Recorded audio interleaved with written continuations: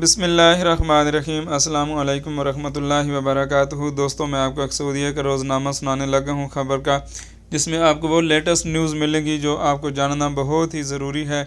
میرے ساتھ رہیے گا اور یہ پوری خبریں سنیے گا، انشاءاللہ تعالی العزیز آپ کو ضرور استفادہ ہوگا۔ اس سے پہلے آپ سے ریکویسٹ کرتا جاؤں گا، میرے چینل کو ضرور سبسکرائب کیجیے گا، بیل آئیکن بٹن کو کلک کیجیے گا تاکہ نیکسٹ آنے والی ہر لیٹسٹ نیوز سے آپ باخبر رہ سکیں۔ دوستو، ایک نہایت افسوسناک خبر آپ کو سنانے لگا ہوں۔ مکہ مکرمہ میں واٹر ٹینک سے پاکستانی لڑکی کی ڈیڈ باڈی برآمد ہوئی ہے۔ پولیس نے واقعہ کی تحقیقات شروع کر دی ہیں۔ سعودی عرب میں مکہ کی پولیس کو عمارت کی زیر زمین واٹر ٹینک سے غیر ملکی پاکستانی لڑکی کی نعش ملی ہے، جس کی تحقیقات کی جا رہی ہیں۔ ویب سائٹ نیوز کے مطابق مکہ کے علاقے الفیہ کی 3 منزلہ عمارت میں رہائش پذیر افراد نے پانی میں شدید بدبو آنے کی شکایت کی، جس پر عمارت کے نگران نے ٹینک صاف کرنے والی کمپنی کو بلایا تاکہ زیر زمین واٹر ٹینک کی صفائی کی جا سکے۔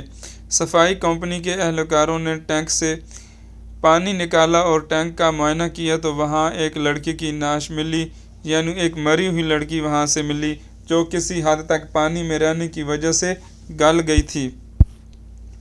عمارت کے مکینوں نے واقعہ کی اطلاع فوری طور پر پولیس کو دی۔ عمارت کے مکینوں نے واقعہ کی اطلاع فوری طور پر پولیس کو دیتے ہوئے، جنہوں نے نعش اپنی تحویل میں لے کر واقعہ کی تحقیقات کا آغاز شروع کر دیا ہے۔ پولیس نے پوسٹ مارٹم کے لیے نعش متعلقہ ادارے کے حوالے کر دی ہے، جبکہ وقوع کے بارے میں تحقیقات کا دائرہ وسیع کر دیا گیا ہے۔ سبق نے ذرائع کے حوالے سے بتایا ہے کہ نعش پاکستانی لڑکی کی ہے۔ دوسری جانب آجل نیوز نے وزارت داخلہ کی ٹویٹ کے حوالے سے کہا ہے کہ لڑکی ہے بے خیالی میں واٹر ٹینک میں گر گئی تھی، جس سے اس کی موت واقع ہو گئی ہے۔ جعل سازی کے الزام میں 7 غیر ملکی عدالت میں پیش۔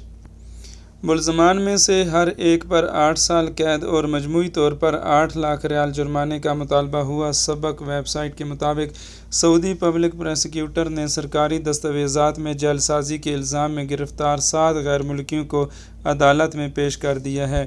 سبق ویب سائٹ کے مطابق پبلک پروسیکیوٹر نے کہا ہے کہ ملزمان کا جرم ثابت کرنے کے لیے تفتیش عمل کے دوران 160 مختلف کارروائیاں کی گئی ہیں، جن میں مالیاتی تفتیش، منی لانڈرنگ اور بینک دستاویزات کے علاوہ ملزمان کی بیرون ملک ترسیلات زر کا جائزہ لیا گیا ہے۔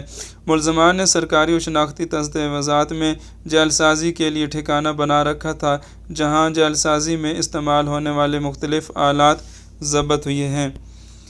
پروسیکیوٹر نے بتایا ہے کہ ملزمان نے جعل سازی سے ہونے والی آمدن بیرون ملک روانہ کی ہے، جس کی واپسی کے لیے کام ہو رہا ہے۔ ملزمان کو عدالت میں پیش کرتے ہوئے ان میں ہر ایک پر 8 سال قید اور مجموعی طور پر 8 لاکھ جرمانہ کا مطالبہ کیا گیا ہے۔ کورونا کے 3372 نئے مریض، 41 ہلاک۔ دوستو، ملک میں کورونا کے مریضوں کی تعداد 1,70,639 ہو گئی ہے۔ العربیہ کے مطابق سعودی عرب میں گزشتہ 24 گھنٹوں میں کورونا کے 3,372 نئے مریضوں کا اندراج ہوا ہے، جبکہ 41 افراد ہلاک ہوئے ہیں۔ سبق ویب سائٹ کے مطابق وزارت صحت نے کہا ہے کہ ملک میں کورونا کے مریضوں کی تعداد 1,70,639 ہو گئی ہے۔ گزشتہ روز 5,085 مریض شفا یاب بھی ہوئے ہیں۔ مجموعی تعداد بڑھ کر 1,17,882 ہو گئی ہے۔ وزارت نے بتایا ہے کہ ملک میں کورونا کے باعث ہلاک شدگان کی کل تعداد 1,428 ہے۔ اس وقت مختلف ہسپتالوں میں 51,329 مریض زیر علاج ہیں، جبکہ 2,206 مریضوں کی تعداد حالت نازک ہے۔ محدود حج کا فیصلہ احتیاطی تدابیر کے عین مطابق WHO۔ سعودی قیادت کے پیش نظر حاجیوں کی سلامتی اور تحفظ ہے۔ سبق ویب سائٹ کے مطابق عالمی ادارہ صحت WHO نے محدود حج سے متعلق سعودی فیصلے کی حمایت کی ہے۔